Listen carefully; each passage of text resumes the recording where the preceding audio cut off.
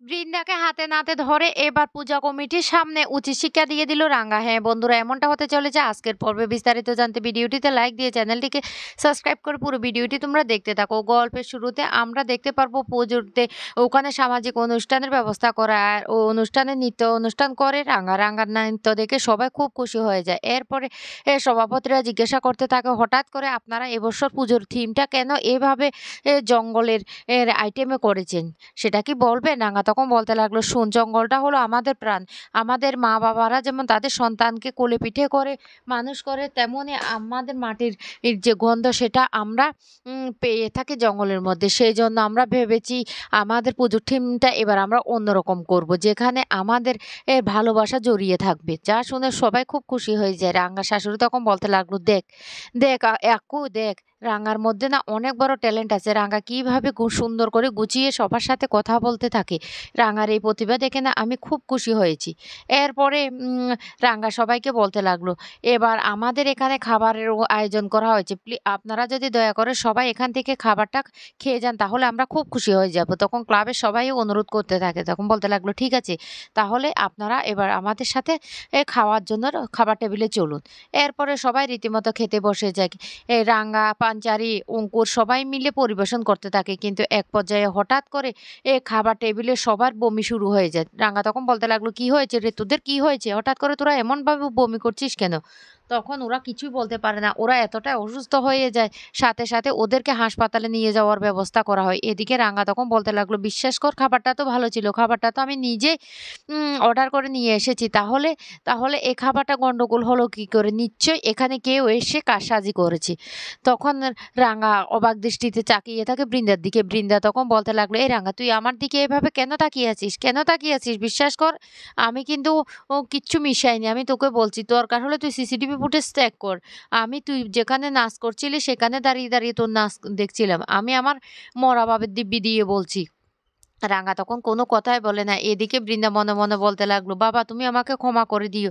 শেষ পর্যন্ত দেখো না, রাঙার কাছে আমাকে তোমার দিব্যিটাও পর্যন্ত দিতে হলো। ওই মেয়েটা না এতটা এতটা খারাপ, ওকে সেই জন্যই তো শাস্তি দেওয়ার জন্য আমি মিথ্যে কথাটা বলেছি।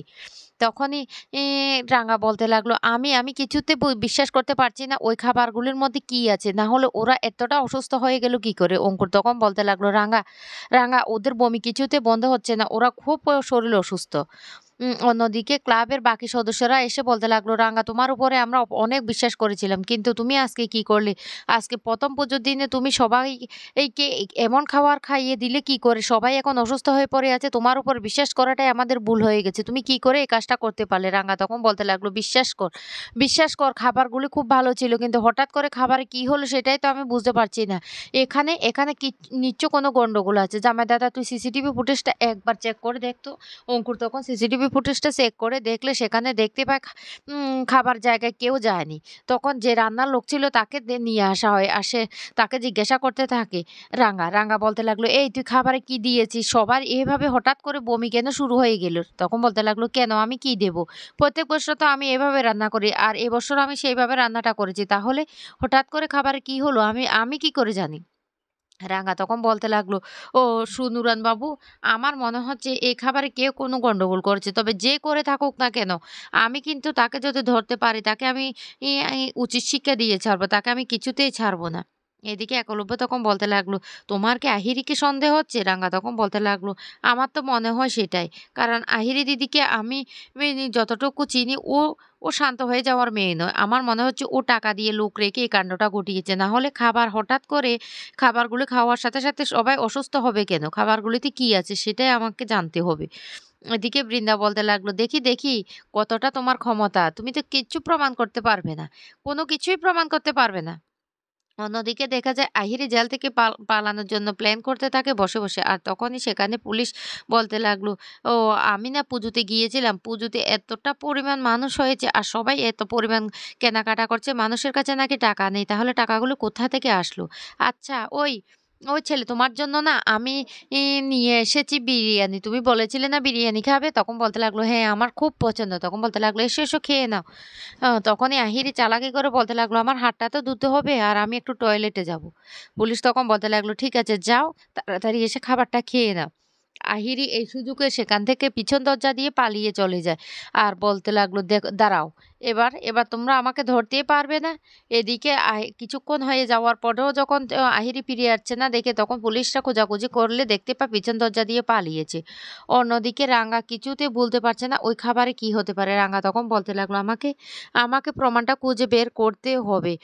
তখন একলব্য বলতে লাগলো, "শোনো রাঙা, তুমি এমনটা করো না। কেউ যদি উপরে উঠতে চায় না, তাকে পিছন থেকে টেনে নামানোর লোকের অভাব হয় না। কিন্তু কি করবে? কি করবে তুমি? এখন তুমি শান্ত হও। আর পুজোতে তো যে অ্যাওয়ার্ডটা দেয়া হবে, সেটা কিন্তু পুজোর থিমের উপরে দেওয়া হবে, খাবারের উপর নয়।"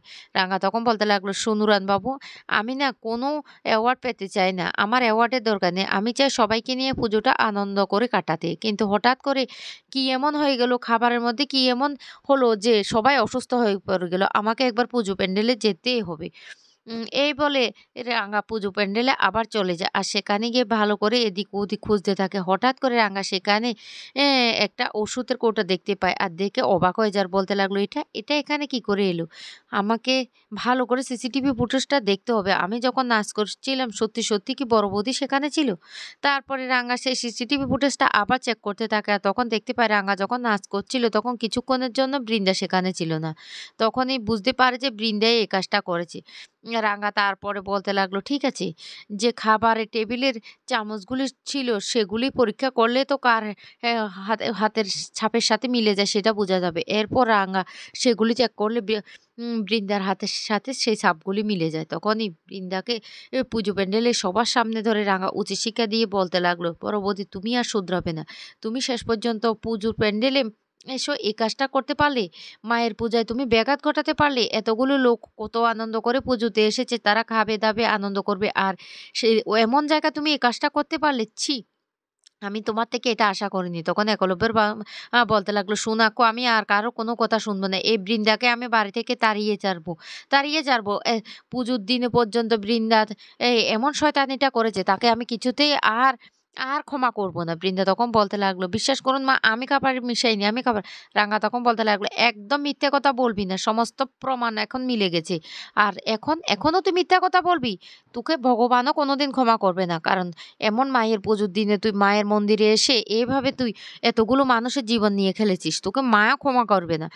বৃন্দা তখন বলতে লাগলো, "এই রাঙা, তুই এইভাবে আমার সাথে কথা বলতে পারিস না।" একলব্য তখন বলতে লাগলো, "বড় বৌদি, আমি তোমার অনেক অন্যায় সহ্য করেছি। তুমি অনেক কিছু করেছো বাড়িতে, বাইরে, রাঙার সাথে, এমনকি আমাদের পরিবারের সাথে। তারপরও তোমাকে আমি অনেক ক্ষমা করে দিয়েছি। কিন্তু তুমি তো শুধরানোর পাত্র নও। এমন একটা আনন্দের দিনে, পুজোর দিনেও যেহেতু তুমি এভাবে গন্ডগোলটা করেছো, তোমাকেও এবার আমরা পুলিশে দেব।